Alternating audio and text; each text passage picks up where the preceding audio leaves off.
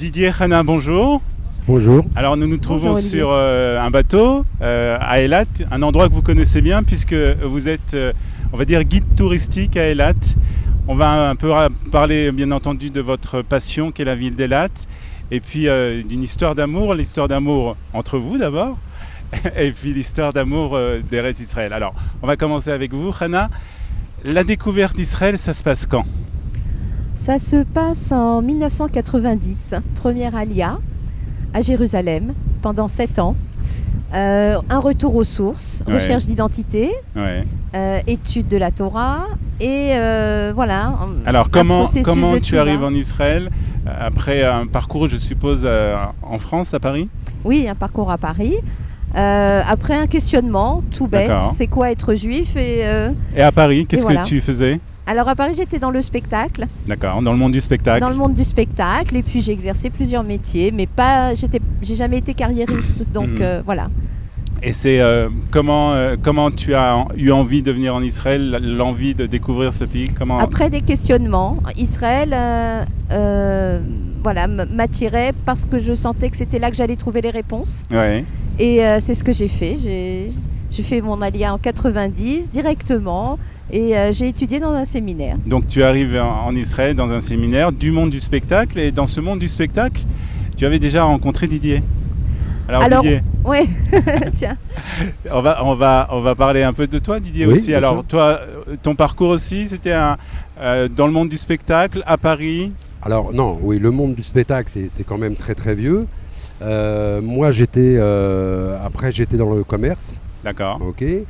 Et puis moi j'ai fait mon alia il y a à peu près un peu plus de 17 ans, 18 ans, je me souviens plus. D'accord. Et mais en fait c'était une alia, je veux dire, c'était pas, Pas idéologique. voilà, c'était pas idéologique, c'était, voilà, on voulait juste rester une année en Israël, on voulait pas rester, quoi. C'était pas, D'accord. on était passionnistes. D'accord. En fait, Mais tu es arrivé en Israël à Eilat aussi, Alors Première fois Non, on est arrivé d'abord à Ashdod. Ashdod. Donc j'ai travaillé, j'ai monté une petite boîte où j'ai acheté un van. D'accord. D'accord. Et puis je baladais les gens dans le nord du pays, Jérusalem, etc. Et puis Eilat.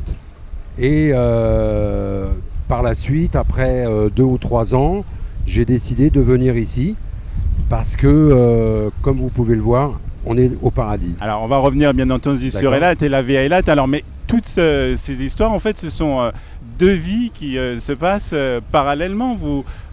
Complètement. Vous Complètement. vous connaissez, vous vous êtes rencontrés quand même.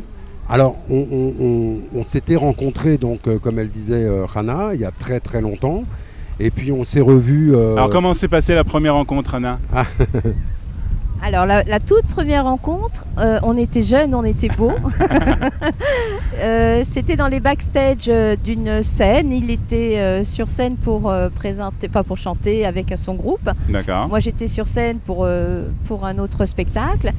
Et il y a plusieurs artistes qui se succédaient. Et on D'accord. s'est rencontrés dans les backstage. On a sympathisé parce que on s'est trouvé voilà, des affinités. Ouais. Et on a juste sympathisé. On est resté amis 2-3 mois. Et D'accord. ensuite on s'est perdu de Donc vue. cette première rencontre après Il y a perdu de 35 vue. ans à peu près. Hein. Et vous avez chacun votre vie, vous vous mariez donc chacun de votre côté, vous avez des enfants aussi ? Oui, chacun un fils. Chacun un fils, À peu donc près des du même vies âge. parallèles. Oui.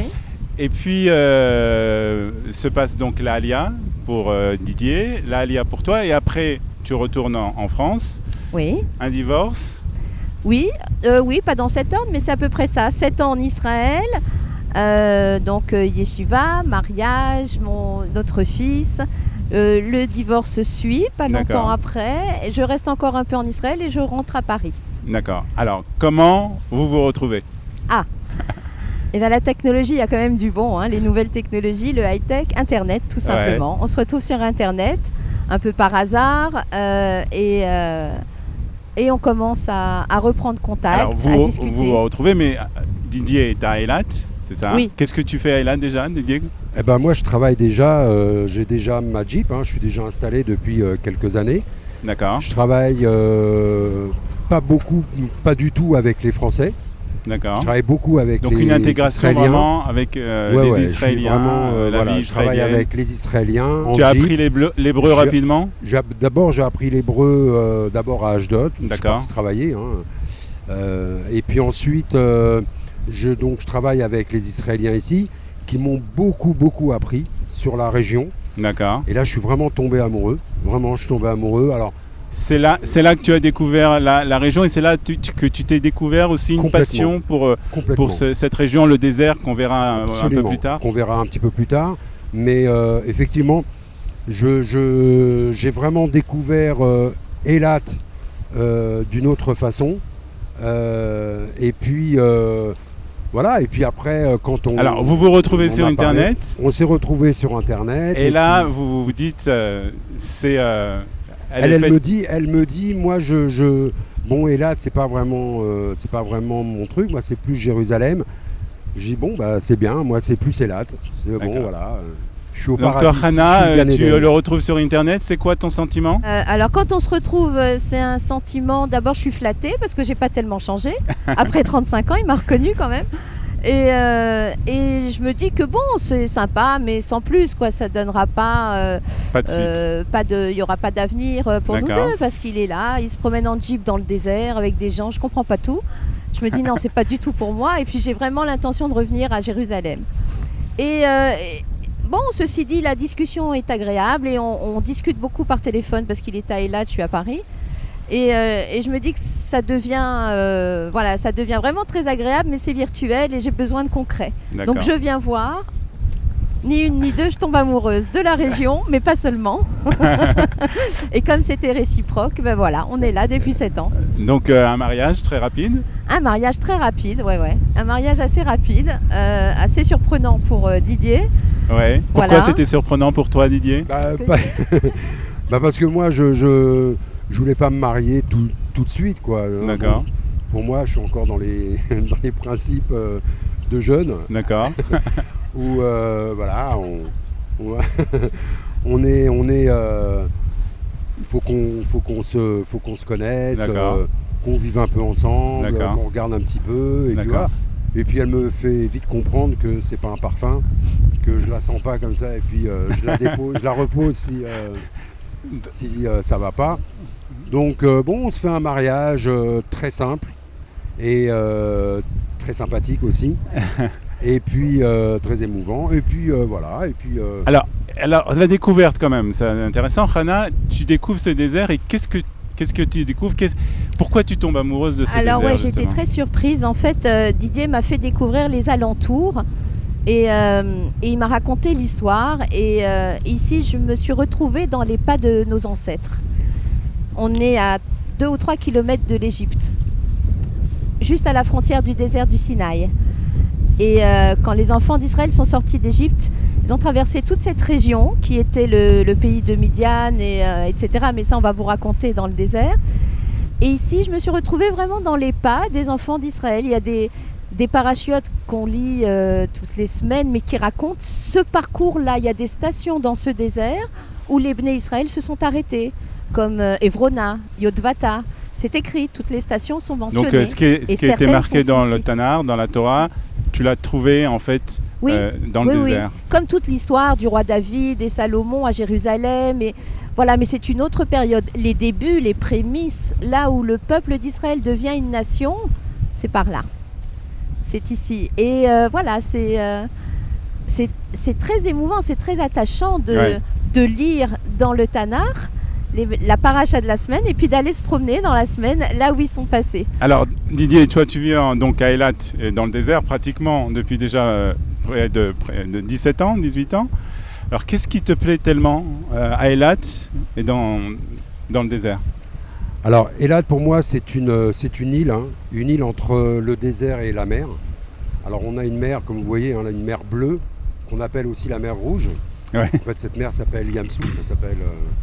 Mais en fait on est vraiment sur une île. Ça veut dire que si on a envie de faire de la plongée ou de faire du snorkeling, on a un temps magnifique pratiquement toute l'année. Et puis quand on a envie d'aller s'isoler dans le désert, alors il n'y a pas mieux, quoi. On est là, on est entouré de montagnes, On a une argacha qui est assez forte. Moi, très souvent, je me lève le matin très tôt et puis je pars dans le désert seul. Je prends mes tefs avec moi, mes tefilines, même si je ne suis pas très religieux. Pas encore. Pas encore. En fait, j'adore mettre mes tefilines en haut, dans les montagnes. Je suis seul avec moi-même et avec Hachem. Et toi, Hana, qu'est-ce que tu aimes dans la ville d'Eilat? Alors, j'aime la qualité de vie parce qu'on est très proche de la nature, le rythme aussi.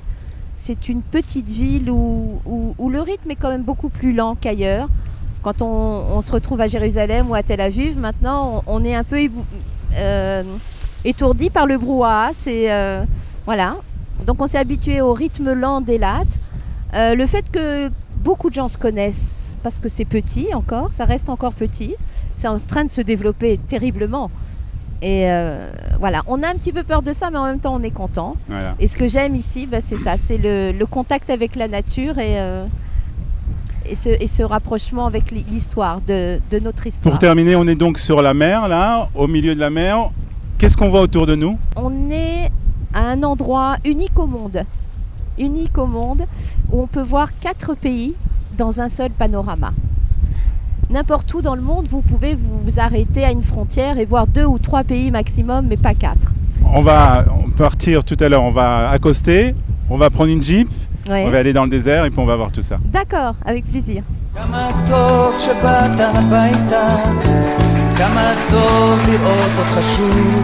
Ils ont relevé le défi de l'Alia. Studio Kalita vous raconte leur histoire. Alia Story, c'est vous, c'est nous.